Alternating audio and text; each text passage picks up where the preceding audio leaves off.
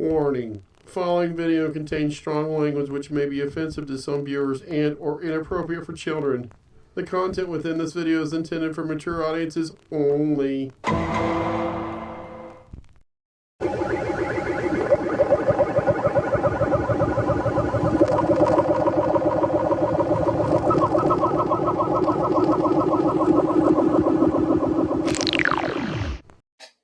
Oh, shit. Because I know I'm going to be out of sync. Well, guess what? I got mine. There you go. I will be in sync. In Justin Timberlake. I was trying to say, there you go, Justin. And Something gets in my head, it'll come out my mouth now. So you listen to a lot of Justin Bieber? Is that what we're gonna? Justin Bieber? Who the Justin Bieber? and ba, ba, ba, ba, ba. You can do that at the end. Ba, ba, ba. Here. I'm gonna stop that shit right now.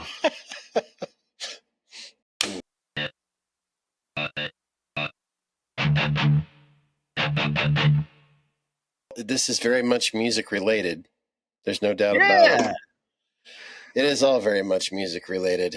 That definitely. I think it's a good time to get this going because, folks, yes, you're probably like, if you are watching us, welcome to the very first episode of Miss the Man Cave, Sounds and Spirits, where the drinks are cold, the stories are wild, and the legends, yeah, they never die. I am Mr. Crowley, and of course we've got, is it Chino? Chino Moreno, baby. Chino Moreno. Oh, yes. I love me some Deftones. Well, tonight, Chino Moreno, we are going to we're not just going to be cracking open a few cans of our, well, I'm hoping this will be a new favorite IPA. We'll find out here. Stay tuned. Yeah, this is going to be some jellyfishing going on here.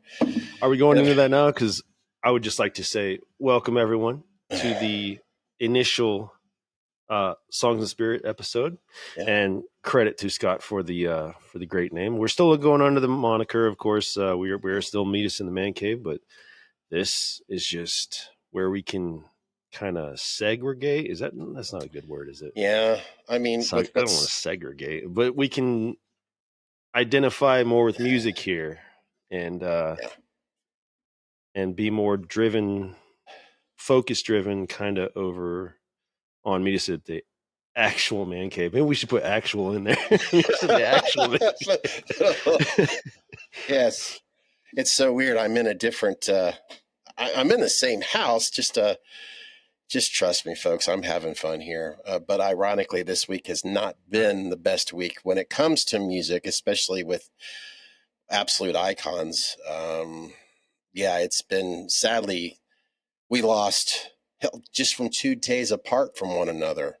In fact, as a matter of fact, as we're recording today, Thursday, July 24th, Mr. Paul Hulk Hogan, I know his real name is Terry. I don't remember his actually last real name, but we all know him as Hulk Hogan. Mm-hmm. Yes, the red and yellow, the 24-inch pythons, the man who told us to train, say your prayers, and eat all your vitamins, whether you like him or not.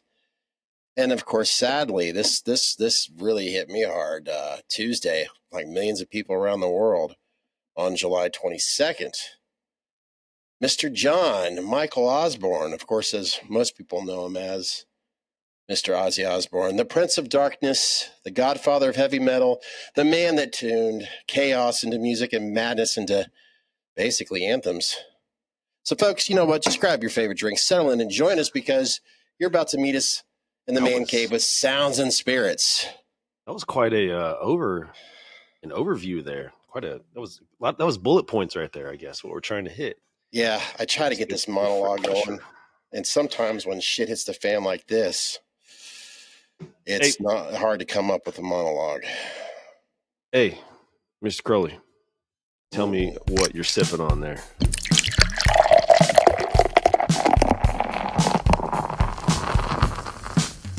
What the fuck you drinking? Well, what I'm going with today is something that we discovered in previous podcast.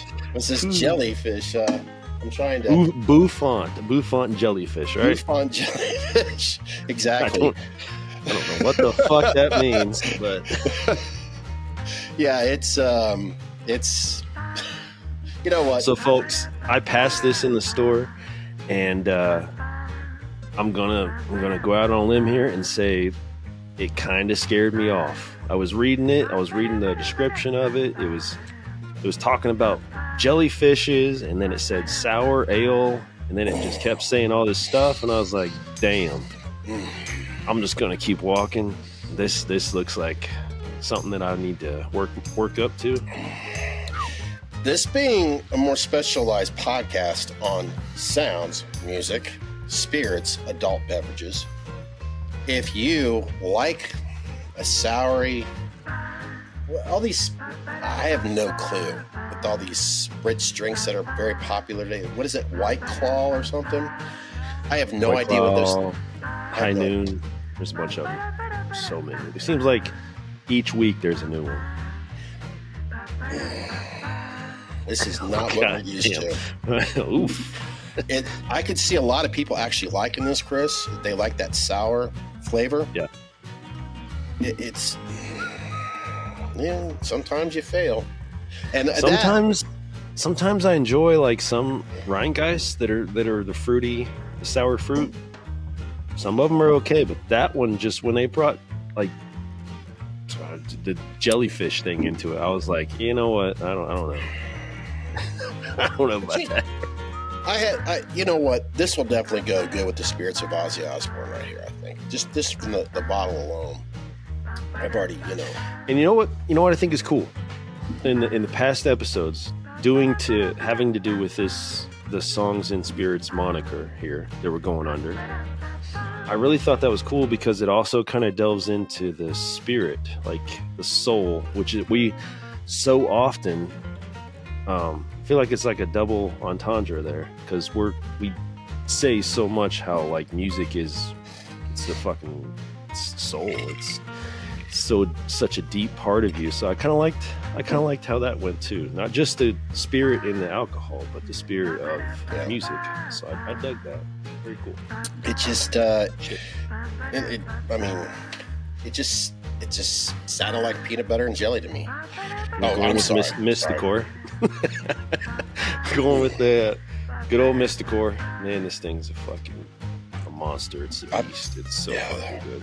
Those are good. I've got some. I've got some reserved, and it's funny where I'm at right now. I'm considering it's quite obvious my music section and sounds and spirits. So, and to my right, I've got another refrigerator, actually two refrigerators. And what Chris is getting ready to serve himself, I've got that beer, I think, just in two refrigerators. Two refrigerators must be rough. And for my spirit, we're going with a Weller Foolproof Blue Label. This is a store pick, so kind of special, but let's listen to this.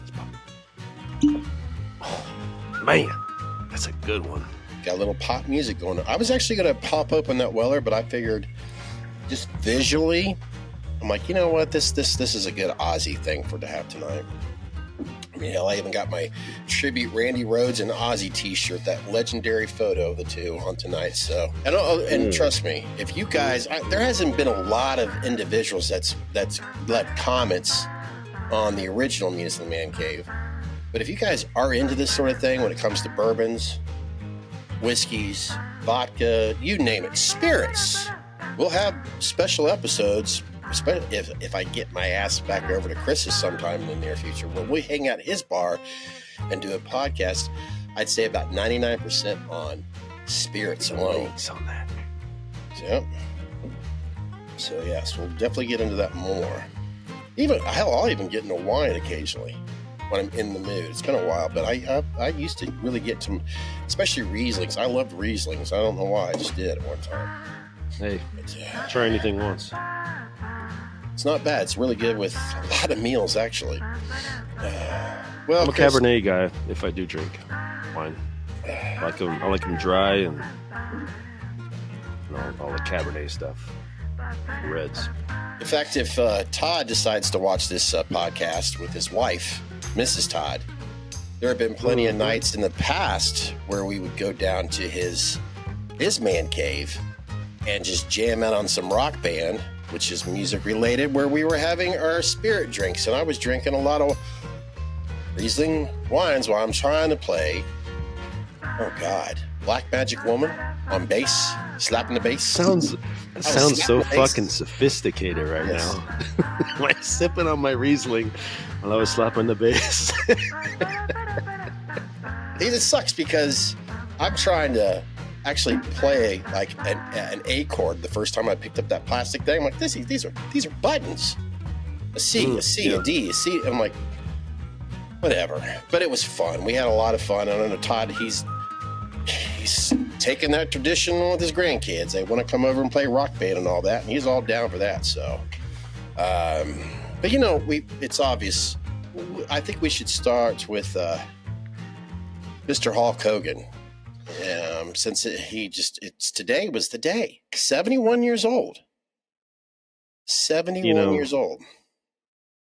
God, man. The Hulkamaniacs. I mean, for me, I wasn't so much a part of the Hulkamaniac, but I always saw it growing up. I knew, I knew Hulk Hogan. But for me, the pinnacle was fucking NWO, Hollywood Hulk Hogan. Oh my God! I mean, I was a kid, but I spent I wasn't a kid. I don't say a kid, but I was like, from 12 to 16 years old. Like every night was parked watching fucking. I used to love NWO so much. It was fucking great, dude. I was the red or the white. I don't care. They were fucking all great. Now, all due respect to Terry, Hulk Hogan. My biggest Undertaker was always my favorite, but Hogan, he was. I mean, if it wasn't for him, granted, yes, there's a lot of legends in the. It was WWF, WWE. I don't want to butcher it, but to pay respects to the man and all that. Let's face it, it wouldn't have been anything like it today if it wasn't for that guy alone. Oh, he revolutionized that fucking sport in amazing fashion. Like he became his own. Yeah, he essentially became the sport. You have some athletes that just become the face of the sport. Michael Jordan is basketball. Yeah, fucking, he was wrestling, dude. He fucking epitomized it. It was great. And to be honest, the first time I was introduced to Hulk Hogan was in Rocky III. Yeah. That's the first time I had ever witnessed, Hulk Hogan. I feel like I'm wanting to say the Incredible Hulk every time, but I'm sure he wouldn't be offended by that. But no. But hell yeah, brother. Yeah. Look at all this, brother. But I wanted to bring him into this, not just because he passed away today. And I know there's with a lot of fans with the original concept. And, if you're still a fan of the Halloween stuff, we're going to focus, like Chris said, it'll be more on that other channel. But what I'm trying to get at, Hulk Hogan, I know he played guitar.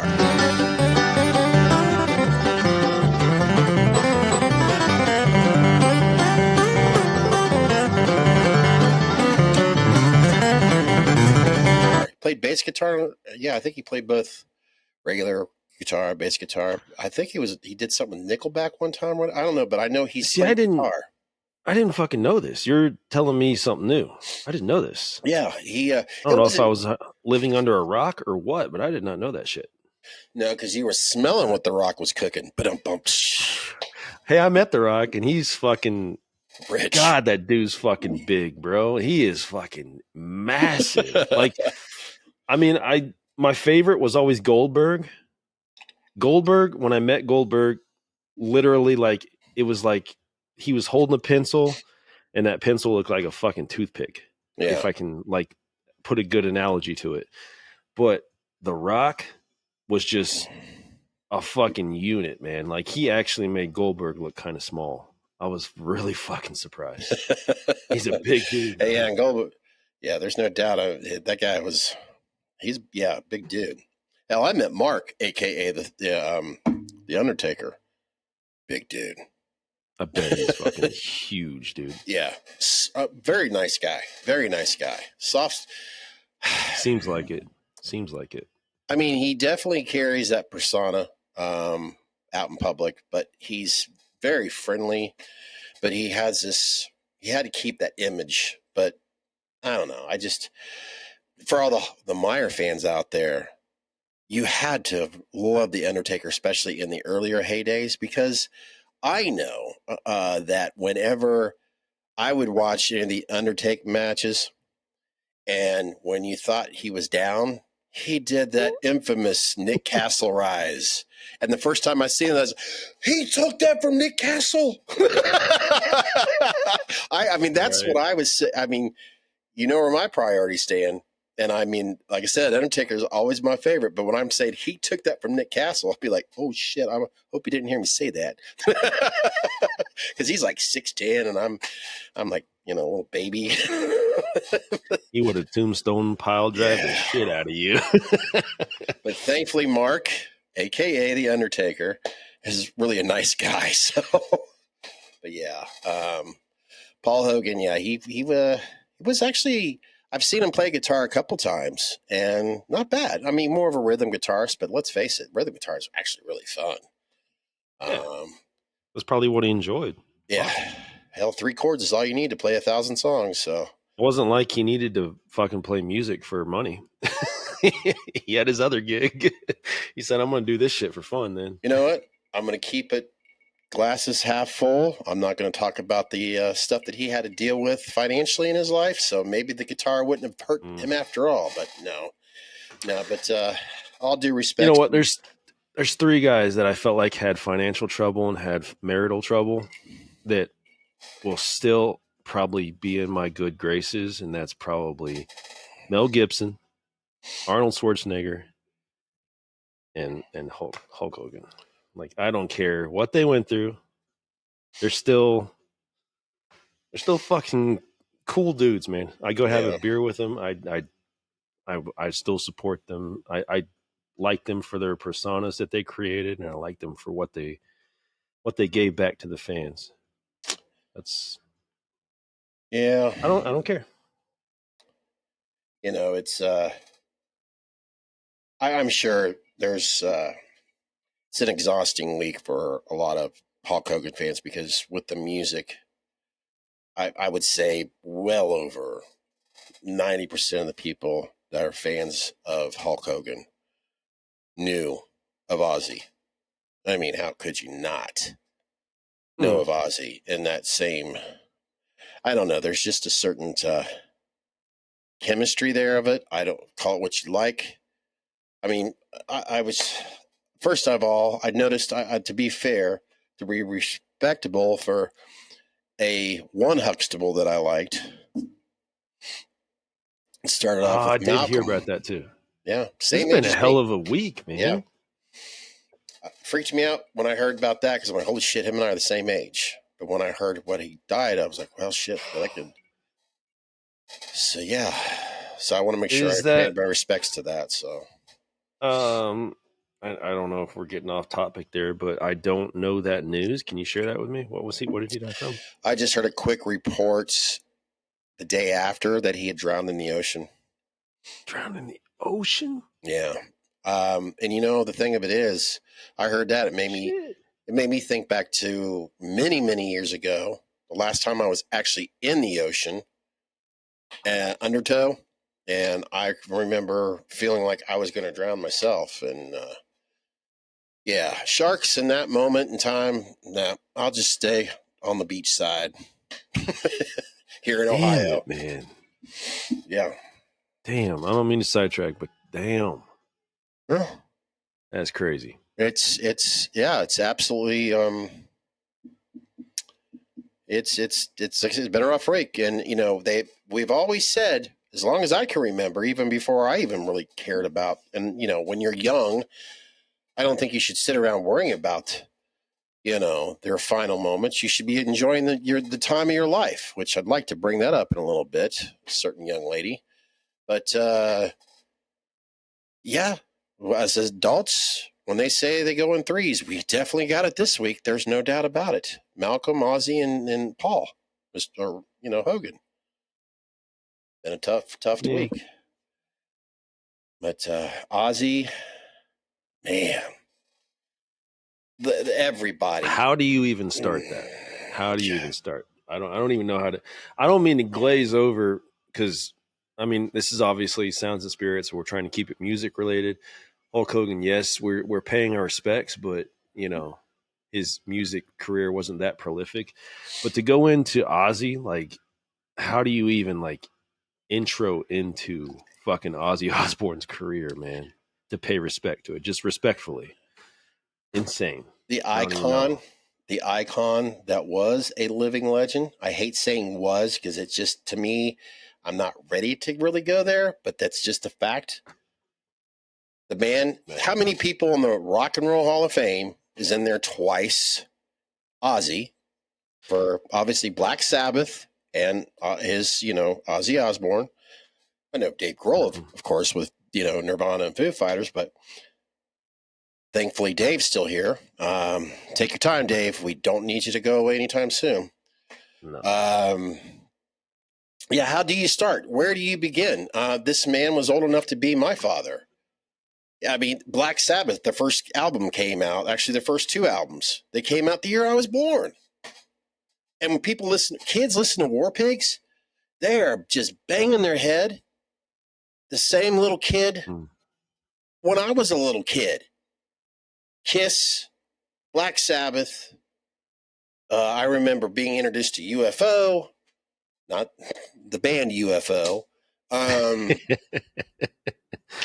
But when I heard War Pigs, that song, you listen to it today, and it's like, okay, they were the staples of what truly started the genre of heavy metal.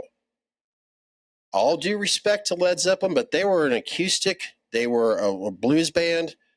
No disrespect to them. And Judas Priest, they'll be the first ones to tell you, Black Sabbath really started before we did. And if it wasn't for them, even Edward Van Halen, I caught him in an interview years ago. He even said, if it wasn't for Black Sabbath, I wouldn't have my career. Damn. That says something huge right there. Yikes. Ozzy Osbourne. Okay, Chris, I don't know if you know this or not. You were probably very much aware of Ozzy's look. Like Lemmy, he walked to the beat of his own drum. Motorhead Lemmy. The Ace of Spades, Ozzy the same way. Yes, absolutely. Only one Ozzy, no other. Never gave a shit. Glasses, yeah. Those glasses he wore. Do you know why he always had those round glasses? I want to say I heard something about that just due to the fact that it was like an eye condition or something like that. Okay, there's that. That's astigmatism. That's a fair thing. You wear glasses for a reason, of course, visually. But the style, I should have made that more clear. No. Well, for a lot of people out there that have followed or have known or been a fan of Ozzy for so many years, people would know that Ozzy was a diehard, big-time Beatles fan. You listen to a lot of Ozzy's music. Lennon. Bingo. Gotcha. The man loved the Beatles. He loved John Lennon to the T. He thought that was... Ozzy always fashioned Ozzy as himself. But there was one guy that he always wanted to look like John Lennon with those glasses. Yeah, that's cool. Yeah. Just a little tip of the hat, That's cool.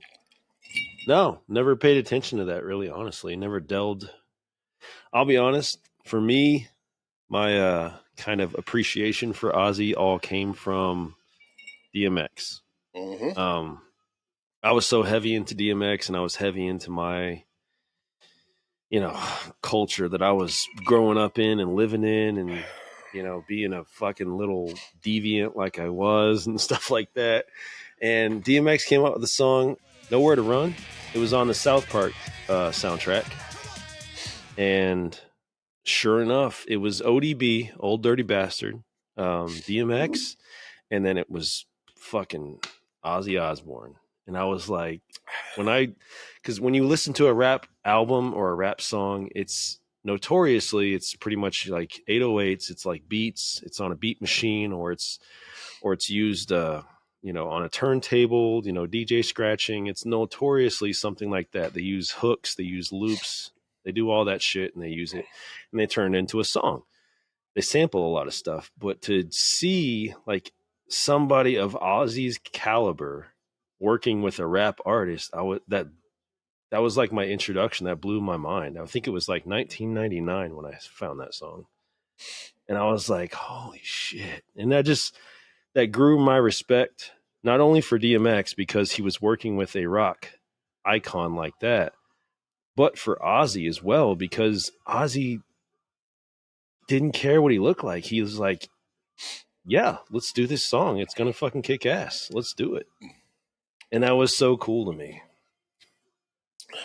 Yeah, Ozzy, and you talk, I was hoping, and I think there's no way we would talk about Ozzy without you bringing up DMX into this for what you just mentioned. Mm-hmm. Ozzy had no filter. A lot of people have known that. Ozzy said what was on his mind. He was bluntly honest. He wasn't. I mean, Ozzy had nothing to hide. If you go through documentaries, the good and the bad, the ups and downs. Hell, we're all human beings. We all make stupid mistakes, especially when we're young. I get tired of the Ozzy bit the bat off. You bit the. We all know that story in and out, left and right, front to center. But Ozzy, if he did not want to work with an artist that he did not respect, he didn't work with them. Now, great, he worked with a lot of artists, but if he didn't think you had any talent, he wouldn't work with you. So he obviously seen something in DMX to do whatever, even if it was just a friendship, even if it was just hanging out in the studio, even if they didn't record anything. Those two obviously are hanging out right now, most likely. And I loved that. I loved DMX's entire lyric. I mean, the 16s that the 16 bars was just, I loved that whole thing. That's one of my favorite verses from him, like almost period. It's so fucking good. It's so hardcore. It's so straight to the point. Like, he was so commanding at that point. I'm doing everything I can not to naturally go into Edward and all that, but I think it's one of the reasons why I've always really appreciated certain individuals in this art and music and all that. Edward went to the beat of his own drum, didn't give a shit about anybody else in a certain sense when it came to certain things. He was unfiltered as well. And ironically, even during the time in the 80s where they had the guitar rivals and all that, there was a little miniature that was big in the 80s. Who was the best, the best, the best, the best, the best? And there was even shit between the fans. It was the fans that created the rivalry between Edward and Randy Rhoads and all that other shit. Randy Rhoads, who only lived to be 25 years old because of that horrible day in history and the plane wreck and all that. I mean, I think it's just the people that you meet that inspire you. And Ozzy, he was a big, and like I said, with the Beatles, John Lennon, beat of his own drum, did his own thing, chased his own, even though Oko kind of screwed things up. But John Lennon kind of, with that and drugs too. Damn it, Yoko. Yeah. Ozzy, same way. Ozzy did what Ozzy wanted to do. And Randy, chasing tones. It's so funny. People would always put these Edward and Randy Rhoads, a battle of the, you know what? The two of them were tone chasers. The two of them were always trying to be the best at what they were doing and loved every minute. So I don't know why I went there. I just remember when Edward passed away. I can remember Ozzy doing a little interview tribute to Edward, talking about how, because hell, Van Halen's first big tour was going overseas, and who did they front? Or in other words, who did they open up for? Yeah. Black Sabbath. Oh, I bet that was a bucket list item. Unfortunately, like yeah. Oh, man. Black Sabbath in 1978, they were going through a lot of their downs at that time because, unfortunately, if anybody knows enough about Black Sabbath's fourth album, you would know that that album alone was basically, well, you could read the credits of who they credit it to. The companies are Coca-Cola, let's just put it that way. But no, I'm not going to go through. I remember hearing some certain stories from Edward and certain stories from Ozzy and even David Lee Roth, how much fun they had, and Ozzy being the legendary stories, kind of like John Belushi, like, where the fuck is Ozzy at? He was with us last night, and now he's gone because Ozzy apparently went to somebody. So that Ozzy we was. go on in 15 minutes. Where is he at? They find him 6 weeks later. Oh, hello, fellas. Oh God. And I guess to add into Black Sabbath, which of course was their very last. Oh my God. To think that performance, it's been just a little over 2 weeks now, when they were saying this was going to be the last time Black Sabbath was going to be together. Holy, who would have predicted this? Who would have predicted that was the last time people were going to see Ozzy up on stage for the very last time, when he tried so hard to at least get back to where he was at? 6 years it took him to get there because of all the health issues that he was dealing with the surgeries, et cetera. Everybody who's been following this, they know exactly what's been going on. Hell, just watching him up there, belting it out, it made me think of Freddie Mercury from Live Aid when he was sick, when he couldn't even get the vocals out, but yet on Live Aid, he blew everybody away. It was one of his most incredible performances. Ozzy sitting up on that chair, as we all know, this close to his, day, and yet his vocals, it wasn't a 25-year-old Ozzy Osbourne, but still, you can't help but listen to that. And when that crowd hears him playing Mama, I'm Coming Home, there wasn't a dry eye in that fucking place. And watching that, oh my God, it's almost like he knew that my day is going to be here any minute now.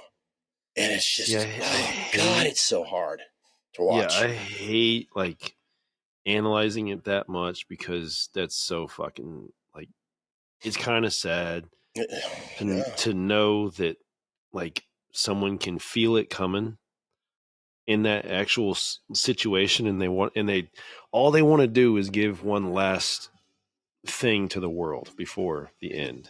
And he was very lucky to do it. Which is just, man.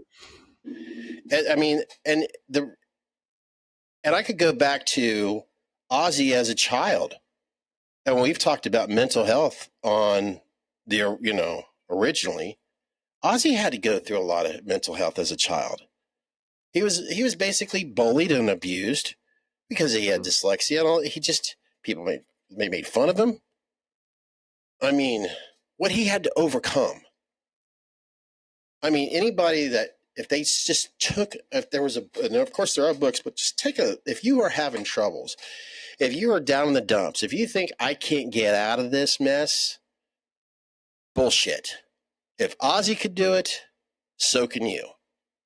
Absolutely. Now, I'm not saying you're going to have a career like Ozzy. That's up to you on what you do. But this guy came from, hell, the band was thrilled that they were able to buy him shoes at one time.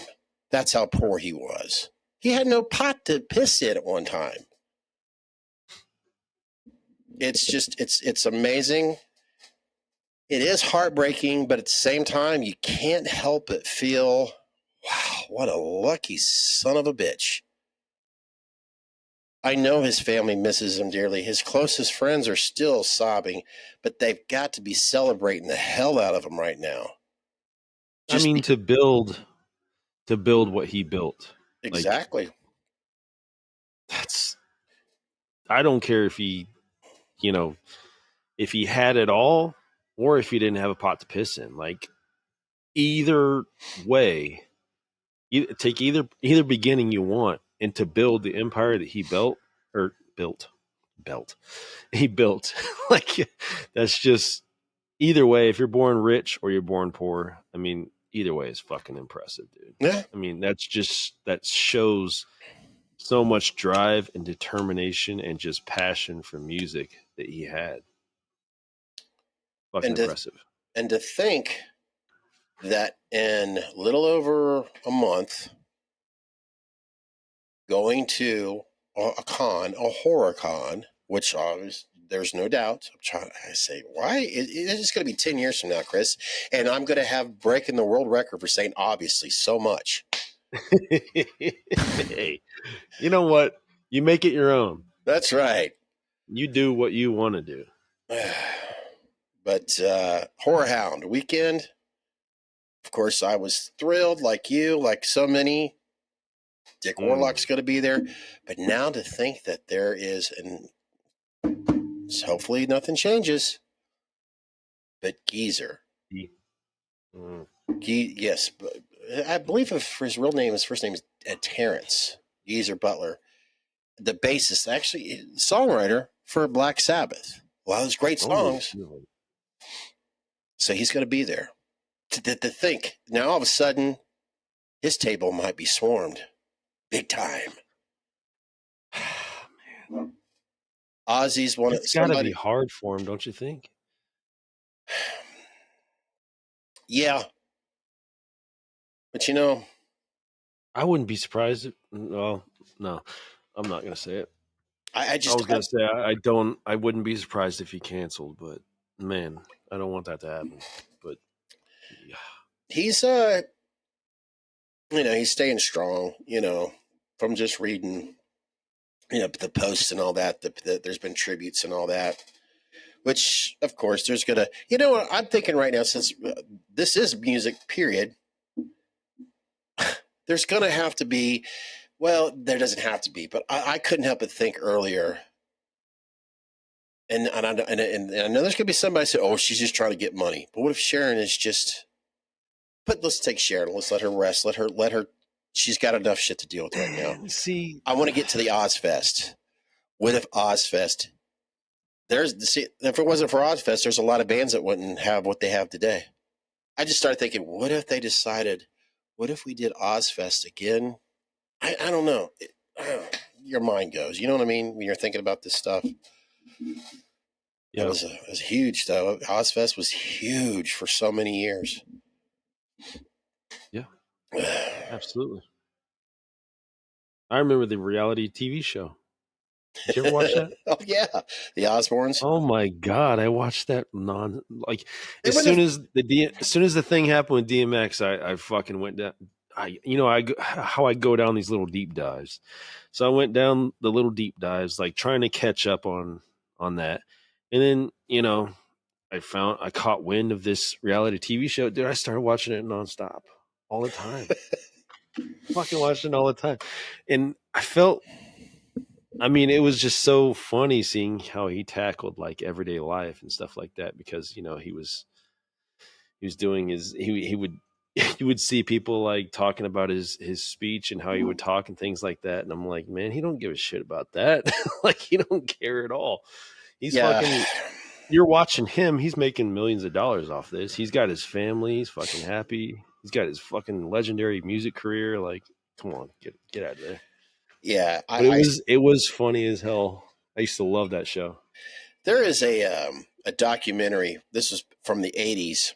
Ozzy was at one point. Now, back in those days, you could actually understand Ozzy a little more so.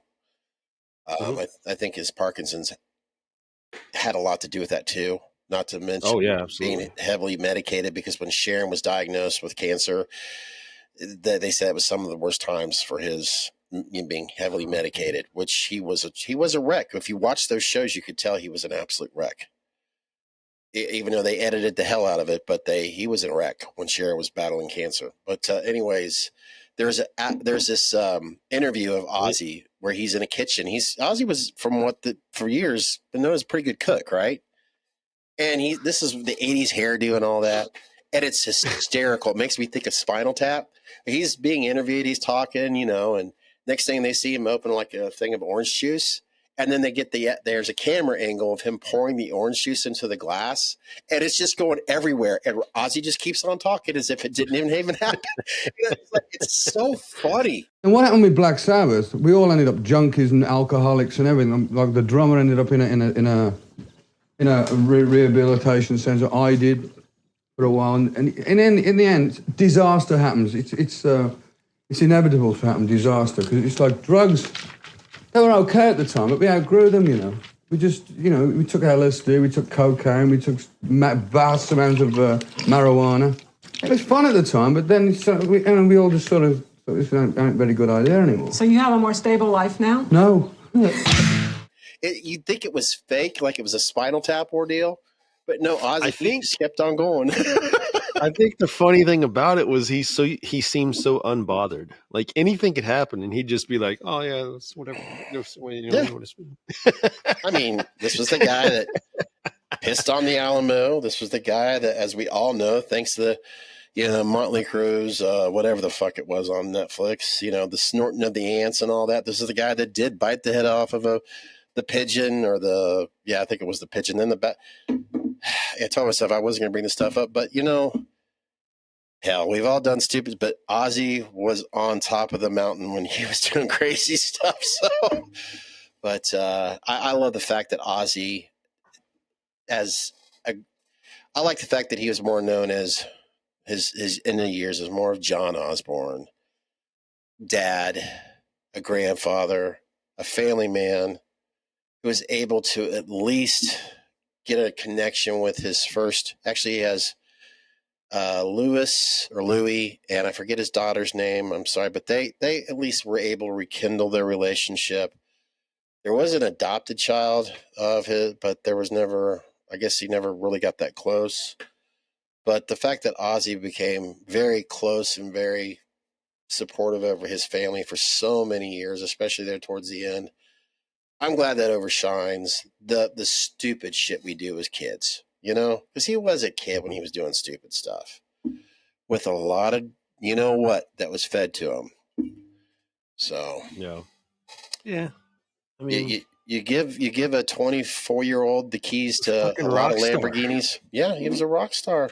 He's a fucking rock star. He felt untouchable. He was on top of the world. I mean, now if someone else was put in that position, if you gave someone a boatload of money, you gave them access to anything, and you told them, I mean, you got thousands of people beating down your hotel door and telling you how much of a fucking icon and a god you are. I mean, dude, you're going to tell me you wouldn't embellish a little bit? You wouldn't try a few things? You wouldn't have some fun? They all You're did fucking lying to me. They all did it back in the day. They all did. Hell, even the Man Eye, obviously. I mean, it's probably showing more in these Sounds and Spirits. I know Edward wasn't an innocent young man. He definitely had his alcohol and drug issues as well. Hey, DMX, not innocent. He came out. He was eventually, he was addicted to crack. It came out there. He definitely had his demons that he had to fight with. And I think towards the end, God, I forget the actual total of children he had, but he had, I think it was 14. Dear Lord. I think it was 14 by the end. Motherfucker was setting up franchises, man. Yeah, he was. There's no doubt about it. He's going around. He said, let's open up a McDonald's right here. Oh, by the way, I'm probably going to be the only one that'll notice this, but I could tell right now from the monitor and all that. I'm like, you're going to really hate your lighting later, but I kind of set this up. No, I'm not. I don't want to make my music room into a whole, I'd rather have it in there, but I'm looking at this. I'm like, God, the lighting sucks. So if anybody else is like, your lighting sucks, I know. Okay. That's not what this is about. My peripheral vision, I'm thinking, damn it. Why did you do this? You should have. I got this one little cheap light right there, but shut up, Scott. This is the one that's about. Yeah, cut that. Yeah, I'll cut it out, kind of. actually, before I get into it a little bit more, I am going to have to. I'm not as prepared. I usually have something more nearby. It's going to be so hard to get adapted to this, but I even though this is perfect for what we're doing here, I kind of miss being in my other room for doing podcasts because it's ironic how I have everything just right there, including spirits. So I'm going to add in our ad right now as I get a real War Pigs to help contribute to this. Cheers to War Pigs. And Only available at Bubba. Are you getting sick and tired of always losing at hide and go seek? Well, go open a can of Meet Us in the Man Cave beer. It friggin' tastes awesome. Drink responsibly. Only available at Bubba. Did you watch Scrubs? Every once in a while, I did. Oh, it was a great Scrubs. It was a great show. I didn't watch it as much, but I do. I get it. I love the humor in it. Yeah, I love it. It's so fucking literal. Like the point where she's like, they would take phrases and stuff like that, and they would fit it in there to like, the shit a brick, and like literally, she got put in a hard place, and she literally shit a brick.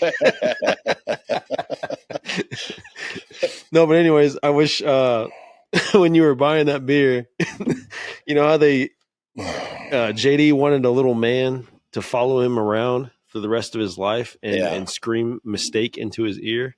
Steak. In all honesty, I've had worse. It's not what you expect. And I think that's what I thought. Yeah, I've got. You got to work up to that, right? I don't have any. This is driving me nuts. I didn't prepare coasters. In honor of the War Pig. Still, I was going to try to. I've got all the little geezers in the other refrigerator, so I hate to rub this in. Which I did ask the guy there. Oh my God! When I already saw it. Yeah. I asked him, I said, is it seasonal? Oh, yes, it is. Do you know when it's coming in? No, I don't. So I am actually going to email War Pigs and find out. Oh. And I'm going to even tell them, look, we talk about you guys a lot, yada, yada, yada. And then who knows, maybe someday we can get a little shout out from the guys of Minster, Indiana. And I'm sorry, Chris. I'll tell you what. I'll keep the other two, and I'll make sure you have at least two of them next time I come over. I can taste it right now.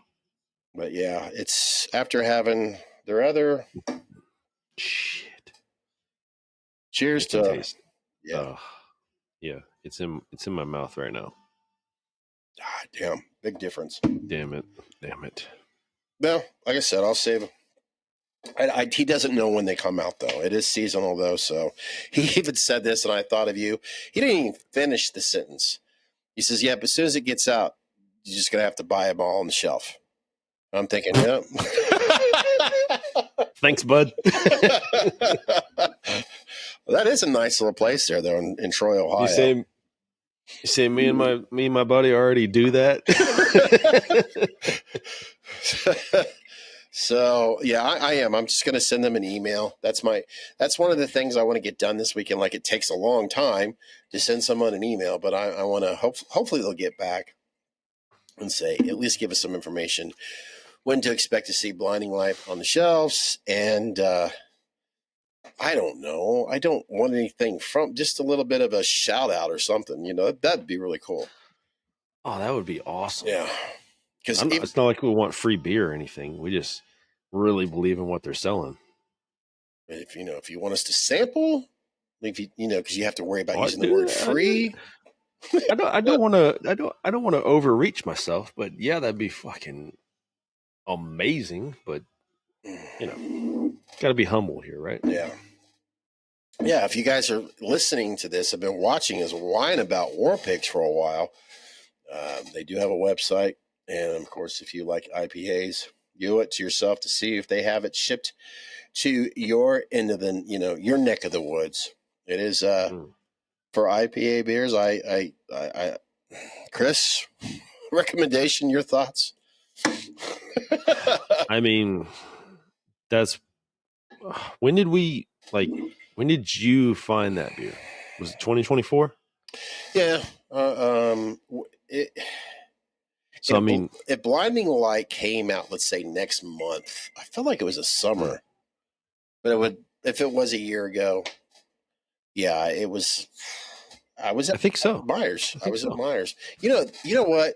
If Wawa New, which is from the East Coast, which it's going to be down the street from where I live, I got to remind myself, I may be annoyed with traffic, but if they're going to have a beer cave in there, I need to check it out because you never know. You never know. And if they actually do start carrying, because that's what I don't understand. I mean, the War Pigs, by the way, been saying it, tagging the shit out of it's their joint with 3 Floyds, if I remember correctly. Which is they do have the box, the 12-pack box. Yeah, they do a collaboration with them. Yeah. So I'm wondering if 3 Floyds is from out the West Coast, maybe they've got some more pigs out there, which that would be the sensible thing to do. And that makes sense. As I'm looking at this right here, talking about it,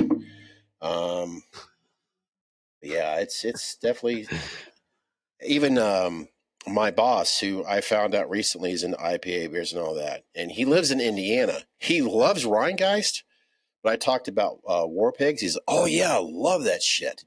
He says, how'd you hear about it? I was like, basically seen it at a local grocery store, and it's like one of these things where it's like, man. I mean, nothing against the geezer. It's geezer's great, but it's always looking for the blinding light. Yep, 100%. It's that is to that brewery. I feel like that is going to be their truth. Like Rheingeist Truth never sells out. There's always Truth. That is their flagship beer. I feel like that's what War Pigs need to do. War Pigs, if you're listening, that needs to be your flagship beer. You need to up production of that, and you need to get that bitch out there year round. I act like I know what I'm talking about. I know what. Hey, beer. I act like I distribute beer. I don't distribute beer, but I'm telling you what I want. All right. I'm gonna get a lot of people pissed off right now who's possibly watching and listening to this 5 years from now. Okay, we talked about Ozzy being unfiltered. I talked about how Eddie was. It was quite obvious as I get to learn more about the legacy of DMX. These are individuals that were unfiltered. They said what they had to say. Oh yeah. So I want to be unfiltered right now. Real beer drinkers know what the hell they're talking about. I'm not talking about you Bud Light guys or Bud Light women. You like your water. You like your wheat. I get it. It's cute. It's sponsored well. Okay. But when it comes to talking about this right here, we know what the hell we're talking about. You know, maybe we have more of a, I don't know, sophisticated palate. We know what's good and we know what's not good. We know what's real and we know what's fake. So Bud Light fans, if you're watching, if you're pissed off, challenge me. Good luck, but challenge me. So time and a place, right? Time and a place. Like if I'm at a good example, that Sam Barber concert we went to, hot as fuck. Fucking, we just got drenched. Our entire clothes are wet, and they're physically like drying out in the fucking sun, beating on our fucking necks. Bud Light, not so fucking bad. Time and a place, right? I get it. I get it. I know what you mean. Yeah, not so fucking bad. Goes down like water. Nothing abrasive. You know what I mean? It just goes down. That's good. It's good. I mean, here lately, every morning I'm getting back into taking my allergy pills. This has been a shitty year. We know it. Mm-hmm. And there's sometimes I have my coffee. Well, what am I talking about? Sometimes I have my coffee every morning, and I've got a certain, everybody has their morning routines, right? Well, yep. When I take my allergy, which I call them happy pills because they keep me from being miserable in the mornings. Mm-hmm. I basically rinse out my coffee mug real quick. I don't use the tap water from here. I live in Heber Heights. If you live around here, you know what I'm talking about. I got my water cooler where it has really cold water, which my dog is spoiled as hell. He's got to have the ice cold distilled water.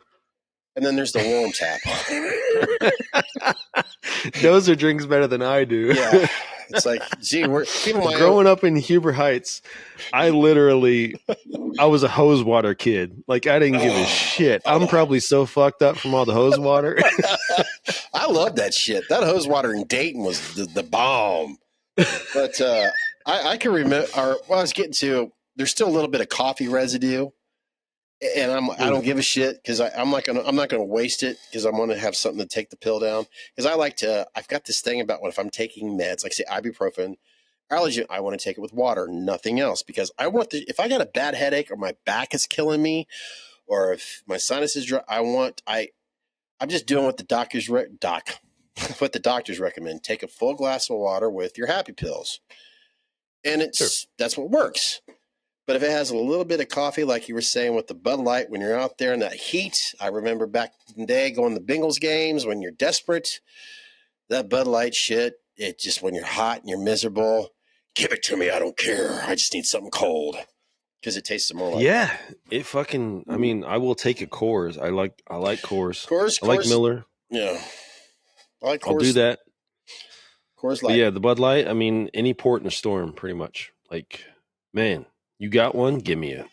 That's going to hit right now. And to be fair, practically everybody that are close to me, that I would give them not my Van Halen, not the shirts that I wear here. Because see, I dress up on these podcasts. I either wear our stuff, Meet Us in the Man Cave, or my Van Halen, like I said, in honoring of Ozzy and Randy. I won't give you this shirt, but I'll give you my other work shirt off the back. My point of it is, I get it. I'm pissing off some of my people that I know that like their Bud Light shit, but and I know them well. They'll be like, hey, why are you making fun of me? Hey, I'm not making fun of you. It's just you gotta. I get Interesting fact. Look into the whole Anheuser-Busch situation. I mean, because a lot of people buy Budweiser because they, the whole propaganda of being an American product, but yeah. Kind of look into it. It's a Belgian product, technically. And and I've said it, but I haven't checked out this statistics in a long time. But back in I brought it up in a podcast. It was in the 90s. The two number one beverages that were consumed in the United States: Bud Light and Mountain Dew. I don't like Mountain Dew, and I pissed off a lot of Bud Light people. You know what, Chris? I'm really not helping out a podcast here. All right. So, hey, I'm going to redeem you here because we're 50-50 on this. I fucking love a fucking Mountain Dew Baja Blast. God bless that thing fucking, man. Hey, that shit's good. I'm doing something. I love Code Red. I love, they got a new one out called Voltage. I had a real problem with Mountain Dew, but I've kind of kicked all that. I try to limit it to, if I have one, it's going to be one a day. That's it. Yeah. But I mean, Bud Light just, I don't. Damn it, we're going down a bad path here. I didn't make fun of the people that drink Milwaukee's worst, so. That's for the next episode. Hey, that's Bush League. Bush League. No, I'm teasing. You know what I bought recently that I was like kind of craving, and it really fucking delivered? Red Stripe. Oh yeah, a Jamaican bitter, man. Oh my God. I know Todd used to love that shit. I love that shit. Like when we go to the beach or whatever, I will fucking get a Red Stripe and fucking I will knock out 12, 14 of them and have a good fucking day. But it's been so hot lately. I was like thinking about it and I was like, dude, I'm going to go buy some fucking Red Stripe. And that shit is fucking hitting the spot. I honestly have an answer to all of this right now to sum it up to the light folks. First of all, I'll make it very clear. I'm just having fun, just teasing. If you love the Bud Light, look, I get it. They're one of the biggest beverages out there. And if you enjoy it, if you're responsible with it, then by all means, I'll buy you a Bud Light. I don't care. It's not like I won't have one. I just don't prefer it, but I'll tease you left and right just to have fun. But if you really want a cold, crisp, light beer that's going to satisfy you no matter where you are in I this know world. where you're going. I know where you're going with this. Hit me. Heineken. Heineken horizontal Light. Fermentation Heineken Light. Heineken Light. Or Heineken Silver. That's what so your daddy fucking good. Yeah. That right there, that shit right there is cold. It's crisp. And it will... you just can't argue with it. Now, let's just say there's a possibility right now that we have someone that that you are a huge fan of, and someone who I've gotten to know and haven't had a chance to talk to him in a while, but he's a very talented mask maker, and we know how much he loves his Michelob. Michelob makes good shit, man. I will not. They get a bad rap with Ultra, which Morgan he'll come on here and he'll tell you exactly that shit's dog water. It's piss. Don't drink that. But the lager, the Amberbach, I mean, they make quality products, but for some reason the marketing, they just keep pushing Ultra. I'm not sure why. It's to be politically correct, I think. I honestly do. I honestly do. I know back in the 80s, Michelob Light, it was huge around here. Hell, you had big pop artists that were doing commercials to Michelob Light, to Phil Collins, and who the hell else was it? I mean, Michelob, I just don't understand. If it's not broken, then you don't need to fix it. So they bring out this, let's bring out the Ultra because it doesn't sound like it's a diet beer. It doesn't offend people with diabetes. The people with diabetes, they wish they could drink a real beer, period. So just bring back the light, get rid of this Ultra shit so you don't have to be politically correct. It doesn't, genders don't care. But yet, for some reason, beverages do. It's like they were going to try to get rid of the diet thing because it offended people that were, I wasn't offended by it. But if I was worried about my fucking health, I would be drinking a juice of some sort. I would be drinking water, smoothies. I'd be drinking water. I'd be drinking anything other than beer or liquor. I'm not fucking worried about my health, clearly. I would be drinking some more pigs if I was worried about my health. I'm going to be drinking some. Fuck it up. Fuck some shit up in there, please. I'm going to make sure that I'm going to drink something that I'm satisfied with, that makes me happy, that doesn't I'm hot. I want to drink something that life is, as Mr. Osbourne or Mr. There you go. Life is too short for cheap beer is what I'm trying to get to. Even though that was life is about the fucking experience. Who do you look up to in life? Like, you look up to the guys that fucking lived it, that experienced shit, that went out there and fucking got a hold of everything they could in life and fucking rode it to the end. Those are the guys you look up to, not the guys that sit in the fucking sheltered room and drink water every day. Like, we want to hear from the guys that went out there and lived it. So be those fucking guys. Spend the money, go on the vacation, buy the car, buy the masks, buy the TV, buy whatever you fucking want and set a blazing path. That's my message to the world. And as Chris was talking, I'll put a B-roll image because I think it fits perfect. No, it does. You're talking about, I know in the beginning it did at least, what you guys don't see, but what I'm looking at this whole entire time, I've got two monitors. I got a monitor right here for us, and I have my other monitor, and you'll see it on the video, who I'm constantly looking at. I'll give you a hint. He's right behind me. He's my screensaver. I want that print, actually. But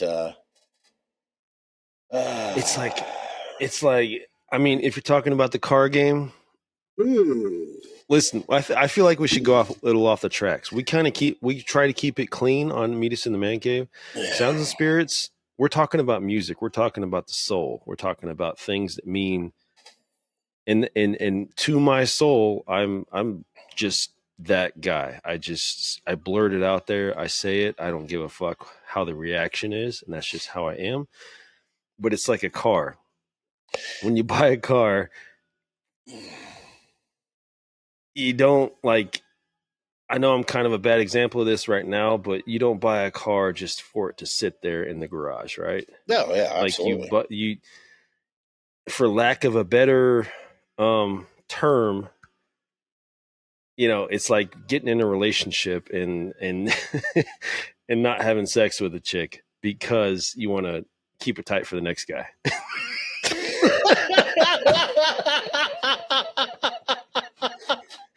No, you fucking live that shit, and you fucking go out there and you wide open throttle that car, and you experience it and you live that life.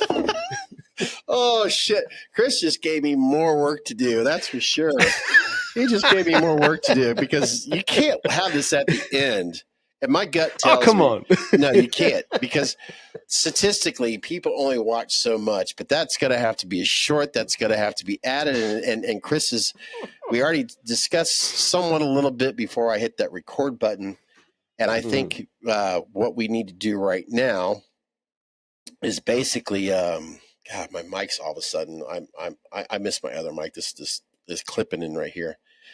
So, folks, I guess we should basically wrap this up. This episode of Meet Us in the Man Caves of Sounds and Spirits tonight. Chris and I, we raised a glass. We got some spirit. Yes. We got some spirit in there. we definitely raised our glasses here to some, unforgettable icons. Ozzy, Hulk Hogan, two men who left their mark on the world big time, loud, and legendary ways. But this is just the beginning here, okay? Here of Sounds and Spirits. We're diving into deep music stuff, as you can see. That's basically shaped us, the artists that we grew up with, and the drinks that go down so smoothly as we're talking about them, from classic, I guess you could say, vinyls to eventually bourbon barrels. Let's hype it up one more time. Sorry to interrupt you, but let's hype it up one more time because The Cure. Oh, I'll get into that. Because, Robert's episode is coming up, guys, and we're going to have special guests. It's still there. We're going to do it. Oh, yeah. I'm excited. We'll have, because I was going to, but stay tuned stay tuned to more Cure. If you're a big Cure fan, we're going to get into Cure topics big time. And by the way, we've already mentioned it earlier. If you're into horror, Halloween, Michael Myers, masks, that's basically your flavor. Don't forget to check us out on the original Meet Us in the Man Cave. That's where we dive into more of our darker side of pulp culture and all that. And we're going to try to focus on that over there more so, including cars. And trust me, the next episode of Meet Us in the Man Cave, if you're a big car fan, you're going to want to listen to what Chris has got to share with you, because this is going to be really fucking cool. That's for sure. So make sure you stick with that, because I think that would be a really cool special episode right there. And if you haven't already heard, we would highly appreciate it if you hit the subscribe button here as well over there, so that way we can continue enjoying what we're doing, because we know we like hanging out in your man cave. You love hanging out in ours, because it's always open. I think so, yeah. So until next time, raise a glass. Guys. Hit the button and raise a glass. Hit that subscribe button. Don't keep it tight for the next guy. Here you go. To the Prince of fucking Darkness. That's what you do. Ozzy. That's right.